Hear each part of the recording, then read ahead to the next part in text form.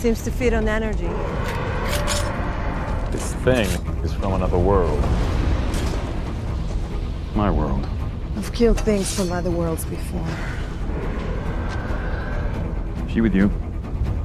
I thought she was with you.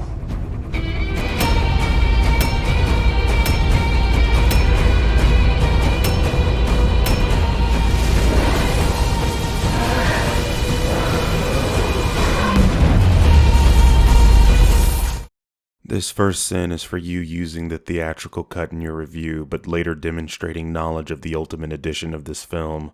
Not only that, you made this video in August of 2016 and the Ultimate Edition came out on Blu-ray in July 2016, so there's no excuse. The Ultimate Edition explains quite a few things you have a problem with in this video, so I'll probably reference it once or twice. Wait, Future Birdman, I didn't get a chance to prime everyone and let them know that we'd be working together on this before the video started, so that those people that didn't want to watch this because of your voice could just exit out of the video.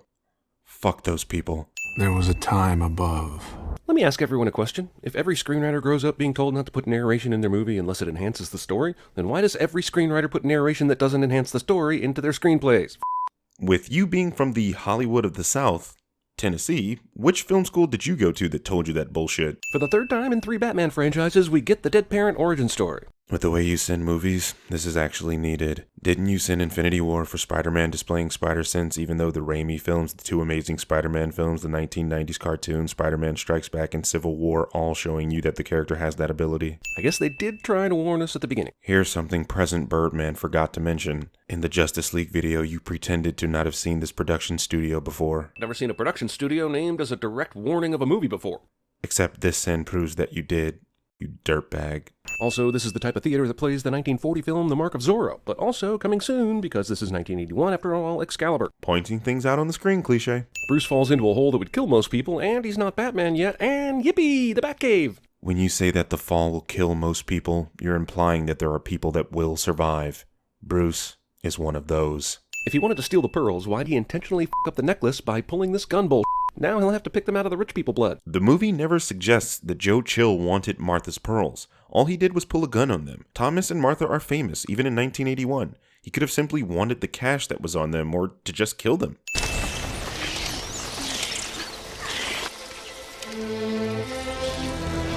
Fucking what? This is a recurring dream, an idyllic representation of how Bruce got out of the Batcave. The movie is not suggesting that Bruce could fly, you simpleton. In the middle of all this bull, Bruce really thought it was a good idea to take a private helicopter into Metropolis for some reason. Or Bruce was already on the helicopter heading back to Gotham when Zod began his fight with Clark and simply asked the pilot to turn around. He does have a financial building in Metropolis. Here's Bruce Wayne landing in Metropolis and immediately getting into his private vehicle, a Jeep fucking Renegade, the very definition of a common middle-class vehicle. Hey, do you see these blinking thingies on the top of the car here? They suggest that this is some sort of emergency or government car, not Bruce Wayne's private vehicle.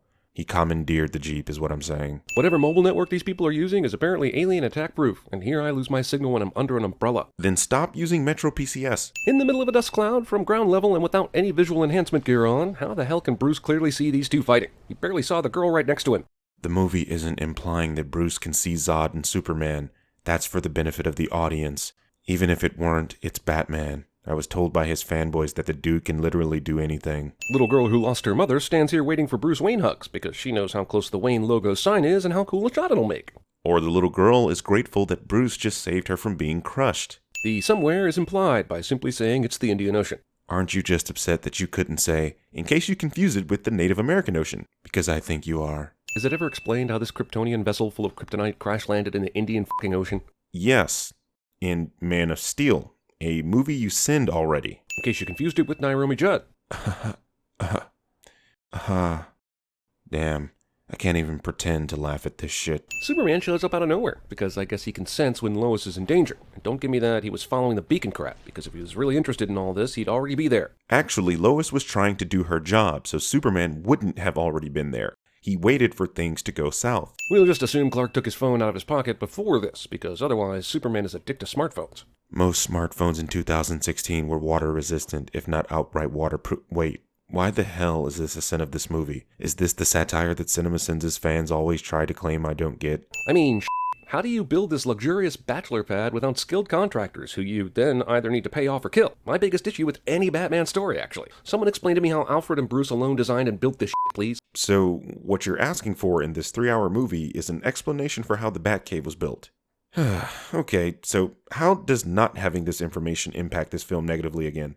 Feels like Bruce would have been wise to Superman and his secret identity long ago, being the best detective in the world and all, but this movie would have you believe that Wayne really only got interested in this guy after he helped destroy a whole city. Clark didn't become famous as the Superman until Zod and Feora attacked Smallville and Metropolis, the ending of which happened at the beginning of this movie. Batman is right on it, like he always is. Many believe the mark of the Bat brand in prison, essentially, is a death sentence. What a bunch of bullshit.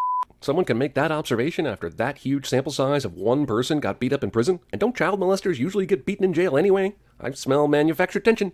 Except the film points out that at least 18 people have been killed as a result of being branded by Batman. Looks like basically everyone has been breaking Fight Club's first 2 rules. Jeremy makes a pop culture Hey, it was my turn. Sorry, I couldn't resist. Crime wave in Gotham. Other breaking news.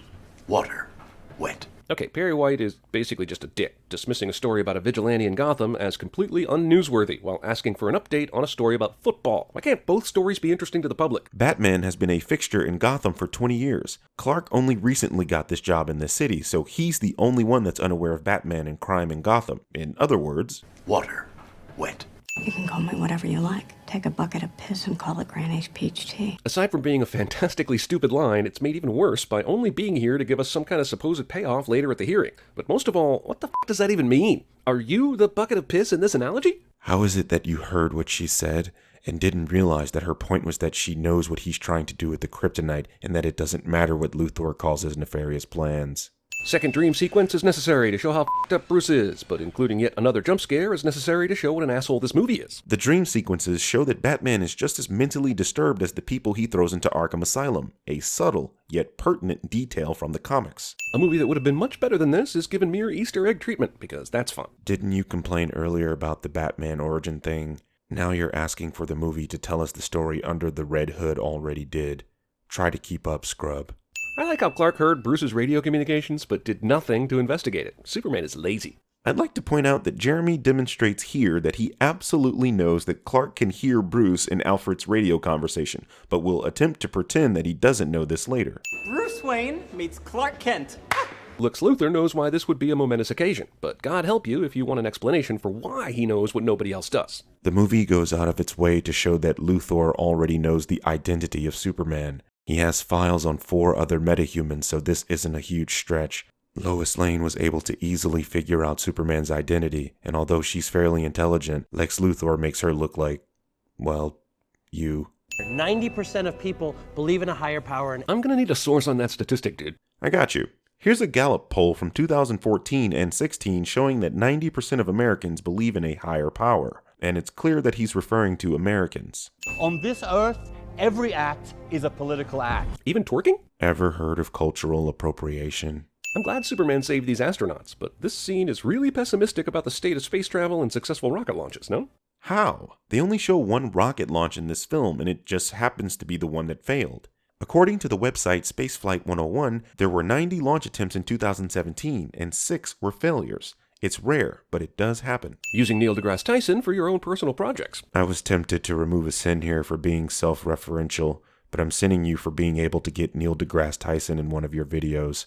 I mean, sure, people say Birdman sounds just like Neil, but it's just not the same. I'd just like to know how Bruce is hallucinating the Flash right now, giving him important information and advertising the standalone movie all at once. Does Bruce have soothsaying powers? Bruce is not hallucinating right now. Future Flash is using the cosmic treadmill to go back to the past to warn Bruce about a coming event, very likely Darkseid. Hey FB, there's something I've been meaning to ask you. How did you come back from the future? Well, it's a long story, but the short version is, I was suddenly in this weird place where they overused the letter U. There was a nice guy there who promised me biscuits, but they turned out to be horribly dry cookies. We spent a lot of time making YouTube videos together. Anyway, he had this glowing green rock on the shelf that I was looking at, and then the next thing I know, I'm looking at my younger self when I was making the Cloverfield Paradox video. Actually, you weren't looking at it. You took it and ran out of the door screaming, "I'm gonna be a Time Lord," whilst also calling me a Dalek. race, and if we believe there's even a 1% chance that he is our enemy, we have to take it as an absolute certainty. Math is not one of Bruce's strong suits. But this isn't a question of math. What Bruce is saying here is that even if there is a small chance of Supes being evil, they have to prepare for that small possibility. This is literally how Batman does everything. Where does he go? Why do you continue to employ him? Well, he's not Craig and he wasn't stealing boxes, so you can't fire him on his day off. Superman, who definitely knew some shit was going down here tonight, didn't bother to simply talk to Batman before all this started. Essentially, you're telling me he's omniscient enough to be here, he's omniscient enough to save a rocket from an explosion for Christ's sake, but decided to enter the scene at this very moment because it's better for the drama. Wrong. Superman has super senses, specifically super hearing. He heard all of this going down and figured Batman had something to do with it. He's been tracking Batman for a while now. Also, why not do this out of the gate, instead of spending weeks or months investigative journalisming Batman as Clark Kent? This is what I was referring to earlier. Jeremy has knowledge of the Ultimate Edition and selectively pretends he doesn't. The theatrical cut made it seem like Clark was simply obsessed with Batman but not doing any real legwork. To answer your question though, Batman had not been doing any Batmaning for a little while as Alfred was trying to fix his cowl. This incident allowed Superman to find Batman. Superman visits Kansas at the perfect time the world's planetarium is open. This is how the sky always is. The only reason people in the city never see this is due to copious light pollution. But trust me, the night sky always looks like this. Somebody wanted Superman to look guilty. I'm still not sure how blowing away a whole bunch of dudes with special bullets is supposed to implicate Superman. This whole story reeks of bullshit. That's because, true to form, you're not paying attention. The bullet side story is Lois figuring out Lex Luthor orchestrated the events in Africa in order to frame Superman. This is another one of those scenes that prove Lex already knows who Superman is and was using Lois as bait. But how could they know that he'd show up in the middle of the desert? Lois asks a very good question that is never answered. In fact, the only thing she's concerned about in this revelation is that Superman is going to show up at the Capitol building, and she suspects something's about to go down. But the how does Superman know to show up in the right place question is better left answered by other movies in the Justice League franchise once the screenwriters come up with a good enough excuse. Firstly, as future Birdman just told you, this scene is showing that Lois figures out Lex is behind the African incident, and that Lex had been attempting to use her to frame Superman. The answer to how Supes always knows where she is that he has super hearing. When she struggles or is crying out for help, he can hear her, and he's always specifically listening for her as she tends to get in trouble. How did he know when she'd spot the label on her glass to be able to time this bomb blast? But he didn't know. June had a bit of time before the bomb exploded after she discovered the piss.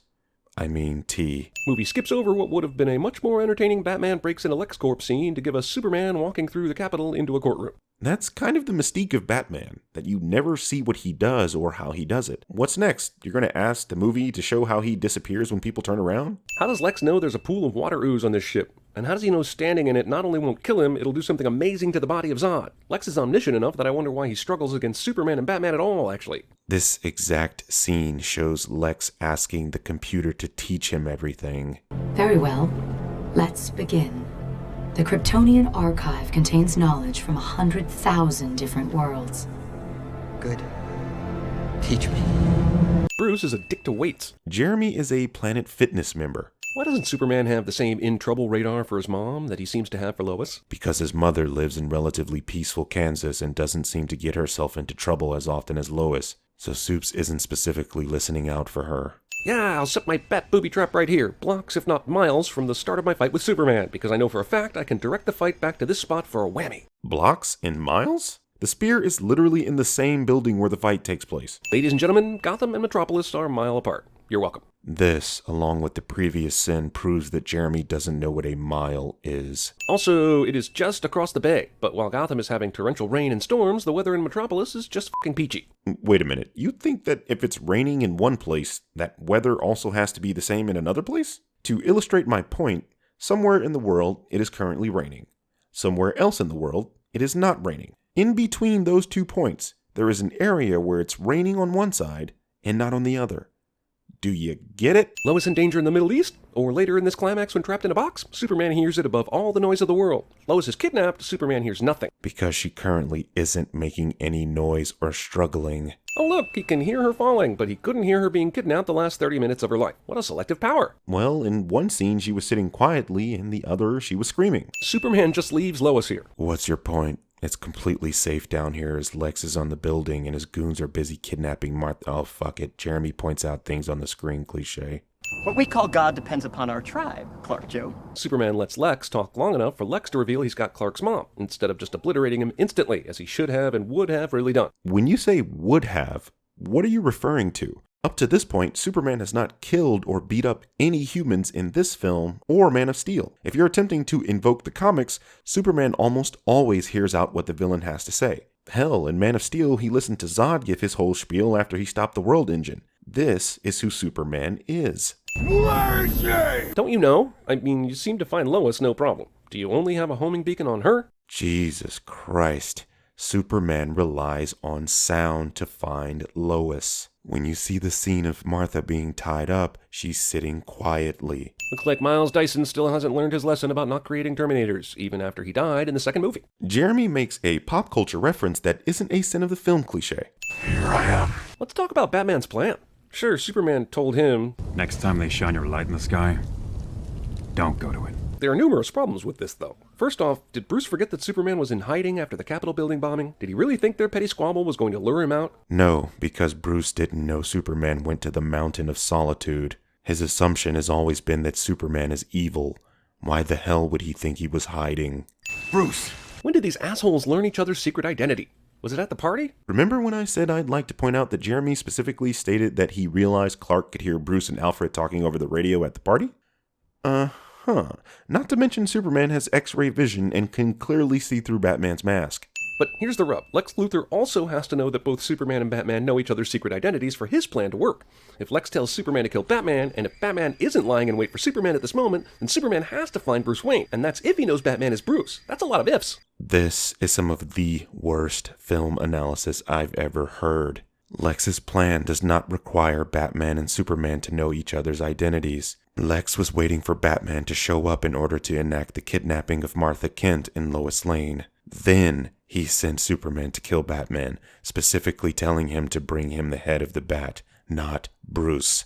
This does not require them to know each other. Where the hell do you come up with these things? Because it's like you watched a completely different movie than everyone else did. Ah, kryptonite, the unfortunate repetitive writer's crutch that plagues nearly all Superman movies. How much does this mist diminish Superman's powers? We have no idea and are never told, though it's safe to assume it's enough to make a Batman-Superman fight viable, which I would think would mean a lot. Saying we have no idea and are never told is dangerously close to give me exposition, something you are known to sin. Not only that, the film does exactly what you want, shows you that this mist has a temporary weakening effect on his powers, specifically his invulnerability. Oh look, Batman was totally able to lead the battle to this spot, even though that's goddamn impossible. It might be the stupidest thing in this movie, which is saying something. If you were paying attention, you'd have realized that they were fighting in the building where the spear was, and that Batman threw Superman down a stairwell and dragged him to this spot. It's only impossible in that weirdo film that you watched, but if you join us over here in watching Batman v Superman, you might understand some of these things. You're letting him kill Martha! God damn it. First off, who calls their mother by their real name in this situation? This is maybe the biggest sin in the whole movie. It's very likely that Clark was attempting to tell him his mother's name in the hope that Batman would save her after he kills him. If I ask you who your mother was, you tell me her name, right? Second off, god damn it, because Clark and Bruce both have mothers named Martha, Batman decides to let Superman live. No. Batman lets Superman live after Lois reveals that Clark has a mother, humanizing him. He stops because he realizes that he's wrong about Superman being an evil, soulless alien. I'm a friend of your son's. I figured. The cape? This is the only moment of levity in the entire film, and that makes it worth a sin of omission. Jeremy sins something he likes cliche. Loosely, but it still counts. A character I respect suddenly turns stupid and throws this crypto spear into this water, thinking that over time no one will ever find it, and so that the movie will have an ex machina once Doomsday shows up. Dude, this is not a deus ex machina. A deus ex machina is a previously unseen narrative device that neatly solves all the issues of a story. Because the film explicitly sets up the spear and its ability to kill Kryptonians, it is by definition not a deus ex machina. The blood of my blood. Superman just stands around while he waits for Luthor to do the next thing, instead of throwing him around the world 50 times or just taking him to jail. I think I'm willing to forgive Superman considering there is a giant fucking space monster being born. I'm saying it's unkillable. And I know that because I'm sitting in an office and we've tried one thing to kill it. Yeah, And that one thing was the strongest weapon the United States government has, a nuke. Also, Wonder Woman Ex Machina. She just got off the plane, was able to dress up, get to the scene, and know exactly what to do just in time. That's not what Deus Ex Machina means. Also, the fight Wonder Woman saw was happening in Metropolis, and this is now happening in Gotham, so f*** you, movie. Yeah, but according to you, they're only a mile apart. She with you? I thought she was with you. Really, Bruce? You've seen her and interacted with her a half dozen times at this point. What is this line except scripted hilarity that doesn't square with the script? What he meant was he thought that Wonder Woman was Kryptonian, considering she's taking on Doomsday and is not instantly putty. This is his first time seeing Diana in combat, genius. This movie.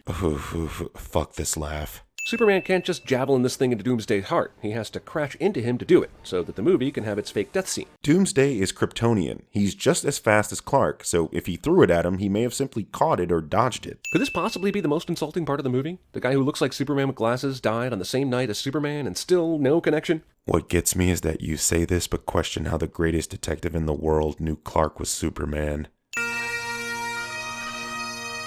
It's a movie funeral, so definitely add some bagpipes, because Superman was so Scottish and such. The bagpipes were played because the military was honoring him as a soldier. It's become tradition at military, police, and firefighter funerals because, historically, many Irish immigrants joined the military, police force, or firefighting brigade. If someone was killed in the line of duty, they would play the bagpipes. They use Scottish ones because they're louder. He's hungry.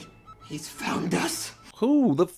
You know what? There's no way Lex had yet another monster in mind after making Doomsday and coming up with the plan to get Batman and Superman to fight. Yeah, if you'd done the goddamn Ultimate Edition, you'd know who he was talking about. Even though CinemaSins is valued at roughly $4 million a year, you had to skimp and get the $5 cheaper Standard Edition, didn't you? And you have the nerve to have a Patreon. Speaking of Patreon... Now comes the part where we throw our heads back and laugh. Ready? Ready! I was going to say something along that line. It's complete horror.